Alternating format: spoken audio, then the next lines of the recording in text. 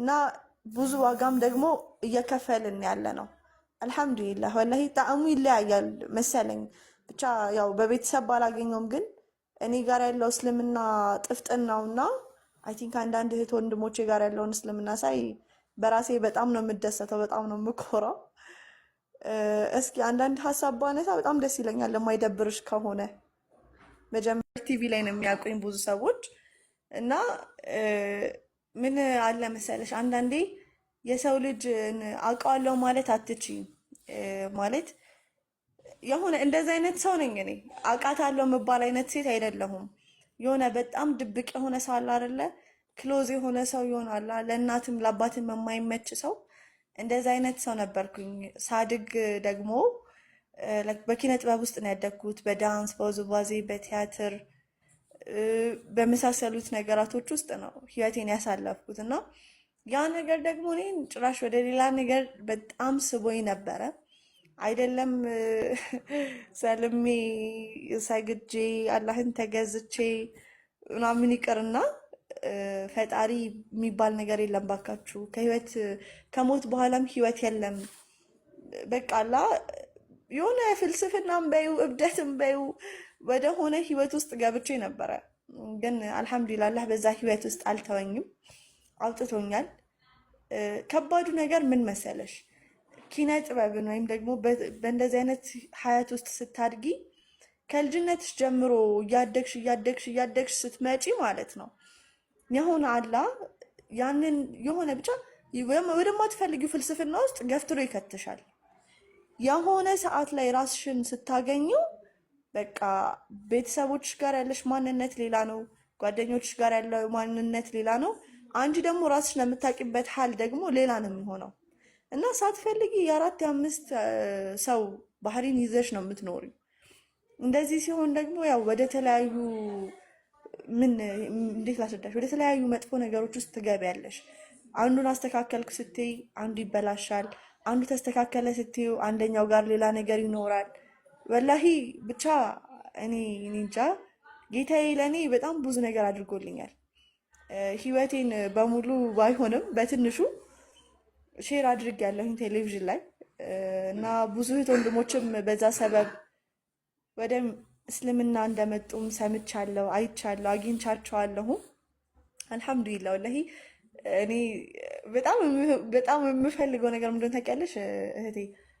ሰው ለሰው እኔ የሂዳያ ሰበብ መሆን የሆነ ሰውን ከገሃነም እሳት ማትረፍ ማለት ቀላል ነገር አይደለም። እርግጥ ነው አላህ ያገራላቸው ብዙ እህት ወንድሞች ወደ ሂዳያው ሰውን ለማምጣት ይቀላቸዋል። በቃ ዳዕዋ በማድረግ ምን በማድረግ በጣም ብቻ አላቅም እና እዛ ፕሮግራም ላይ የቀረብኩ በኋላ ግን በእኔ ምክንያት ብዙ ሰው ጥያቄ ሲጠይቁ ሲሰልሙ ሻሃዳ ሲይዙ ሳይ ወላሂ ነው የምልሽ በቃ የሚሰማኝ ስሜት ኢና ሊላህ እኔ እንጃ የሆነ ማታቆለጳጵሹ ስሜት አለ አይደለ? የሆነ እንደዚህ አይነት ስሜት ተሰማሽ ምናምን ማትዩ። በዛውም ልክ ደግሞ ያለብኝ ሰቀቀን አይደለም ወላሂ ነው የምልሽ፣ የዱንያ መጠቃቀሚያ አይደለም።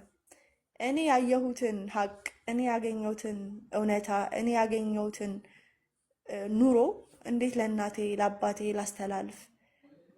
እኔ ሰለምቴ የምልበት ምክንያትና ሰለምቴዎችን የምነጥልበት ምክንያት ምን አለ መሰለሽ? ላይክ አላህ ሰለምቴ ስትሆኚ ቀኑን ሙሉ ልትስቂ ትችያለሽ። አንዴ ፌስታል እንትን እያለች ስለሆነ ቤት ስታደርጊ የምትይ ትመስያለሽ። ግን እውነታው ግን ማታ ነው። አንቺ እንቅልፍ ይወስድሻል ማለት እኔ አይወስደኝም ወላሂ ይሆናላ። ከአሁን አሁን እንዴት አድርጌ ወንድሜ ላስልመው፣ ከአሁን አሁን እንዴት አድርጌ ላሳያቸው። የሆነ አላ ዛሬ ነው የሚሞቱት፣ ነገ ነው የሚሞቱት። በተለይ ደግሞ ይሄ ነገር የመጣው አጎቴን ከቀበርኩት በኋላ ነው። ሰሞኑን ትንሽ አጎቴ ወደ አኼራ ሄደና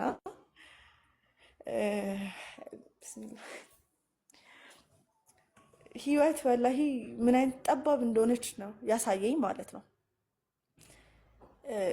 የዛሬ ዓመት ረመዳን ላይ ማለት ነው አዲስ ዓለም የዛሬ ዓመት ረመዳን እንትን ይሄ ሙሐመድዬ የሚለውን መንዙማ ማለት ነሺዳውን ይከፍትና እንጥሉ ድረስ በልቅጦት ቁጭ ይላል እና አንተ እኮ ነበርክ መስለም የሚገባ ከአንተ እኮ ነው የምትሰልመው ምናምን ብዬው በቃ አሳስቄው ምናምን ነገር እመለስ ነበር ነው።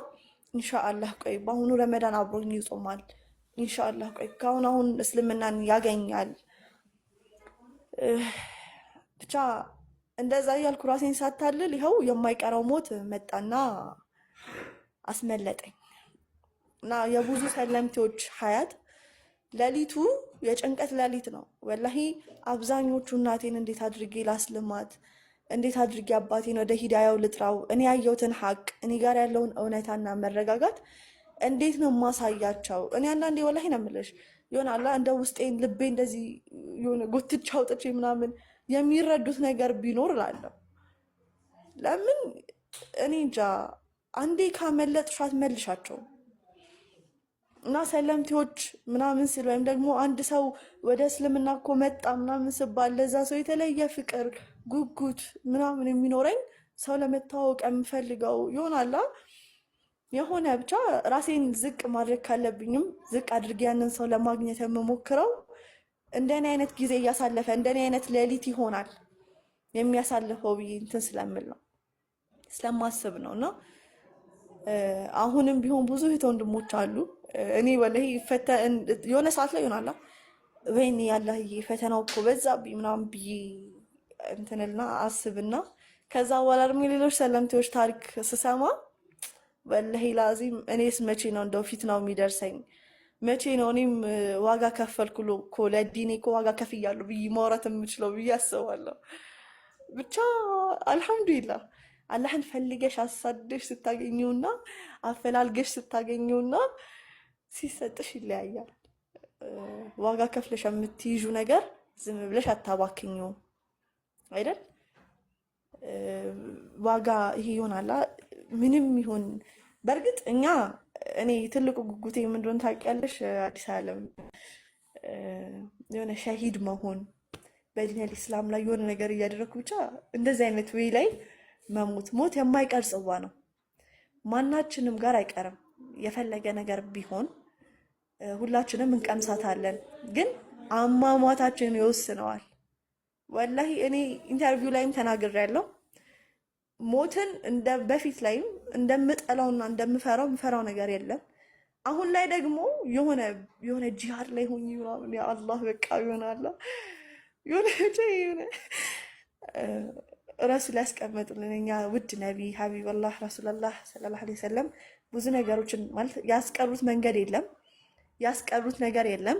ብዙ ነገሮችን አሳይተውናል፣ አስተምረውናል እና ላይካላ ያንን ነገር ስሰማ የሆነ ለትግል እነሳለሁ ከራሴ ጋር ምናምን ማለት ነው። ብቻ አልሐምዱሊላህ ሙስሊም ላደረገን ጌታ፣ ፈልገን ላላሳጣን፣ ተመኝተን ላልነሳን ጌታ አልሐምዱሊላህ ምስጋና ሲያንሰው ነው፣ ሰላት ሲያንሰው ነው። እንደው እንዴት ላስረዳሽ? ሱብሃንአላህ ብቻ አልሐምዱሊላህ። የምትጠይቅኝ ነገር ካለ አዲስ ዓለም እውነት ከሞት በኋላ ይሄ ላይፍ የሚባለው ነገር አለ። ከሞትም በኋላ ገነት እንገባለን ወይ? ገነት ደግሞ ምንገባ ከሆነ በምን አይነት መልኩ ነው ገነት የምንገባው?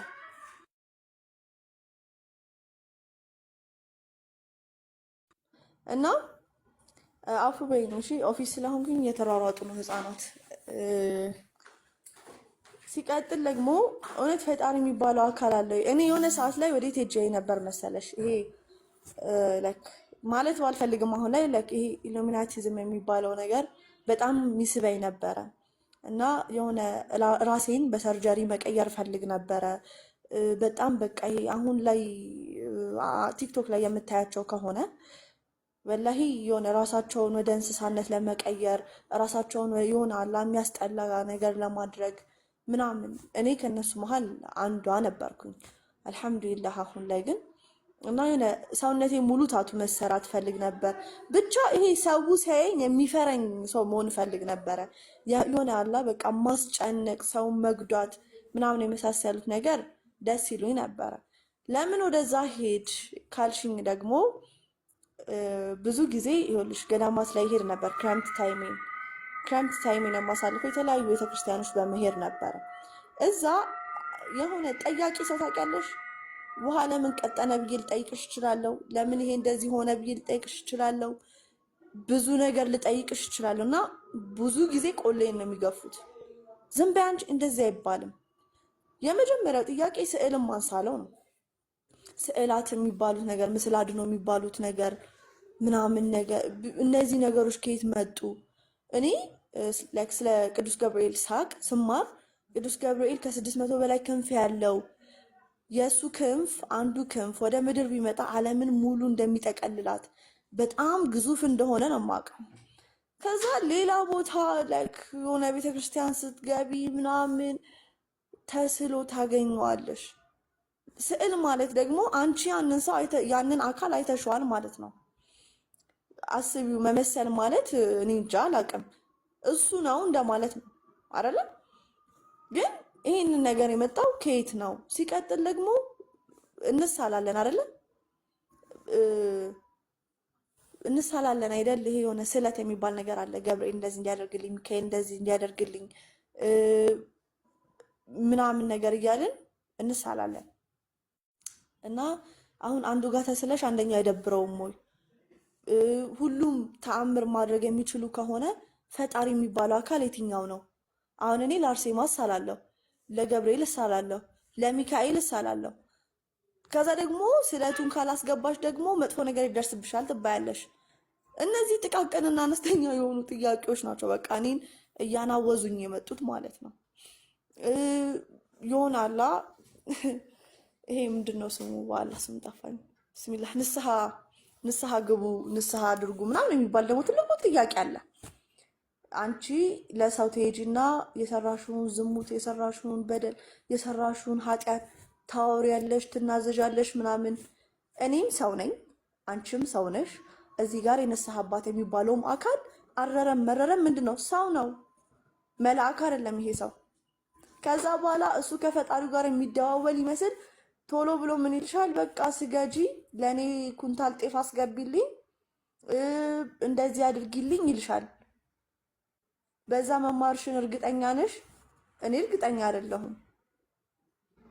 አስቢው። እኔ እንዴ ስንትና ስንት ወንጀል ሰርተሽ ምናምን 20 ስገጂ ለእኔ ፈረሱላ በርበሬ ታስገቢልኛለሽ፣ 2 ቀን ጹሚ ምናምን ትባይና ከዛ ታበሰልሽ። አንደኛ ነገር እንዴት ነው እንዲህ አስተክፍር ነው። ሌላ ነገር ላወራ ነበረ ወላሂ ይሆናላ። እኔ አሁን የተለያዩ ብቻ ወደ እስልምና ደግሞ ስመጣና ትልቁ መልስ የነበረው ምን እንደሆነ ታውቂያለሽ? ንስሐሽ ለጌታሽ ለአላህ እንጂ ለፈጠረው ባሪ አይደለም። እዚህ ጋር ሰው ነሽ፣ የፈጠረሽ ደግሞ ልታጠፊ ነው። አጥፍተሽ ደግሞ ወደሱ እንድትመለሽ ነው። አላህ እኛን የፈጠረም ማለት ነው። እኔ እንደገባኝ አፉ በሉኝ የማበላሸው ነገር ካለ። ግን አጥፊ መሆኔን ያውቃል። ምህረትን ደግሞ የሚሰጠኝ እሱና እሱ ብቻ ነው። መመለሻዬ ወደ እሱ ብቻ ነው። ለሰው ሄደሽ የሰራሽው ሰው ወላሂ እንዴ እዚህ ጋር ሄደሽ ንስሐ የገባሽለት ሰው ነገ እዛ ጋር ዞር ብሎ እንደ አላህ ለማውራቱ ምን እርግጠኛ ነሽ?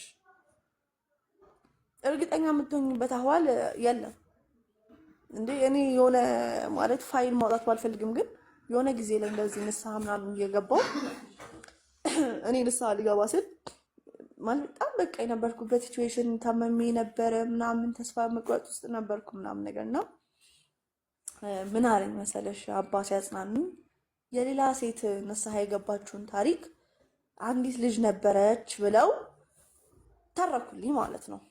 እና ላይክ ወላሂ ነው የምልሽ በቃ ብዙ ነገሯን የነገሩኝ። ልጅቷን ፋይናል ያላቃትም ግን እኔ አስቢው እኔም ዛሬ ላይ ንስሐ የምገባለት አካል ዞር ብሎ ደግሞ ነገ አንቺ ንስሐ ሲያስገባሽ የኔን ኃጢአትና ነውር ለአንቺ ይነግርሻል ማለት ነው። ሌላኛው ደግሞ ዞር ስትይ የመርየም ስዕል አለ ወይም ደግሞ የድንግል ማርያም ስዕል አለ። ቆይ አንዴ